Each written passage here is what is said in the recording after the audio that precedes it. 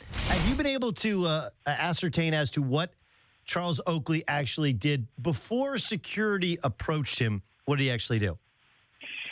Well, I mean, like as you're implying, it's really, we don't know who's telling the truth. Now, I like many other people, spoke with Oakley, and that was Thursday or Friday, and he denied doing anything to me. You know, he said he was embarrassed. He said he just walked in and he was at his seat, and next thing he knows, they're ordering him out.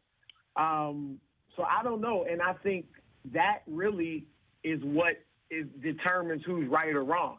If he's telling the truth and he really didn't do anything but sit down, maybe even if he said something to the security guards because they were watching him out in the hallway or the foyer or whatever. But if he wasn't saying anything to Dolan derogatory, then I think he was done wrong. If he was yelling, expletives and sexual and racial type stuff to Dolan, then obviously the owner was within his rights to have security, escort him out. You can argue, I mean, he did have to send 8 guys over there, but, Oakley can't be doing that type of stuff either. But again, Charles swears that he wasn't. So that really is what it just depends on. And remember, all of the witnesses, in quotations, that said they saw Oakley doing stuff were employees of the Garden. They didn't get one person that wasn't an employee of the Garden to say any of that stuff. So that makes it a bit dubious, No question. And look, Dolan has no positive equity with the fans, right? No. He is absolutely positively despised. Shouldn't there be video, right? Like if somebody is acting a fool, shouldn't there be video somewhere? I mean, Madison Square Garden is probably one of the most videotaped places in the New York City. So yeah, there's got to be video. And Oakley, when I spoke with him, he said he wants the video out there that'll show that in the minutes leading up to when the security approached him, that he was not doing anything. I think it'll definitely all come out, and that's when we'll kind of see what the truth really is. And to your point, look, Oakley, as well as I do, he's not a hero. He's not a saint. He shouldn't have hit the security guards the way he did. But he still, James Dolan is to blame for this situation overall and ultimately.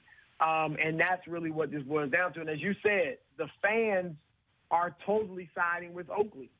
And this is a bad PR look for the Knicks. They tried to clean it up by bringing out Sprewell and Larry Johnson, Bernard King, and all those guys on Sunday, but everybody saw right through that. And so they got to get this thing worked out. And Oakley wants to work. And Oakley needs to, stop criticizing Dolan the way he has. And I think that'll be part of the agreement. I do think they'll work this thing out eventually. But right now it's an ugly look for the Knicks because players around the league, free agents, maybe even some of the Knicks players themselves, God forbid Kristaps Porzingis is looking at this and saying, man, do I really want to be a part of this, the way they're treating Oakley and, more importantly, Carmelo Anthony? So what happens with Melo? How are they gonna move him? I don't think they're going to – I mean, look, anything can happen, but I don't think they're going to be able to move him before the trade deadline. I just think for Cleveland and the Clippers, it's such a complicated deal because, remember, not only do you have to get a third and a fourth team, maybe a fourth team involved because you don't want to give up Kevin Love or Blake Griffin, but you also have to make the salaries match. And that is the big thing because obviously he's a max player and then he's got the 15% trade kicker. So when you're talking about role players or guys that aren't superstars, you got to really piece together a lot to make those salaries work for all 3 or 4 teams. So I think he'll be there. Of course, there's no guarantee he'd waive his trade clause, even if they did come up with a deal. So I do think he'll be there. And that's another thing Dolan has to work out. He needs to sit, Phil, and Melo down and say, work this thing out, stop going public with it still. And, we got to decide to move on together as star player and president. And Dolan saying, I'm keeping my word by staying out of it. This is not what we mean when we say you need to stay out of it. You need to be involved at this stage with this situation. There are other ways things you need to stay out of. But this, you need to get involved in it and shut it down. Chris Broussard joining us in the Doug Gottlieb Show here on CBS Sports Radio. What's crazy about the Charles Oakley and even the Melo situation is that we've completely forgotten that Derrick Rose missed a game and didn't tell anybody that he was going to miss a game. Like, everybody, I'm right? Like, that's... Well, and then remember, the beginning of the season, he's in a civil case for a sexual assault, missing much of training camp.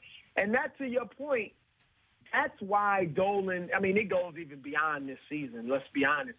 But that's why Dolan doesn't have equity. Even people who will admit that Oakley shouldn't have hit the security guard and Oakley said bad things about Dolan, they're even siding with Oakley because this is just the latest example of the massive dysfunction that is the New York Knicks. Yep. And that's the problem. It's unbelievable. And look, you can point to a lot of things in their 15, 16-year spiral. You know, since 2000, they've won only 9 playoff games. That's the lowest amount in the NBA. There's only one common denominator, Doug, and it's James Dolan. They brought in legends, Lenny Wilkins, Larry Brown, Isaiah Thomas, now Phil Jackson. They brought in different types of players, some of them stars, some of them past their prime. But the one common denominator in all this losing is Dolan.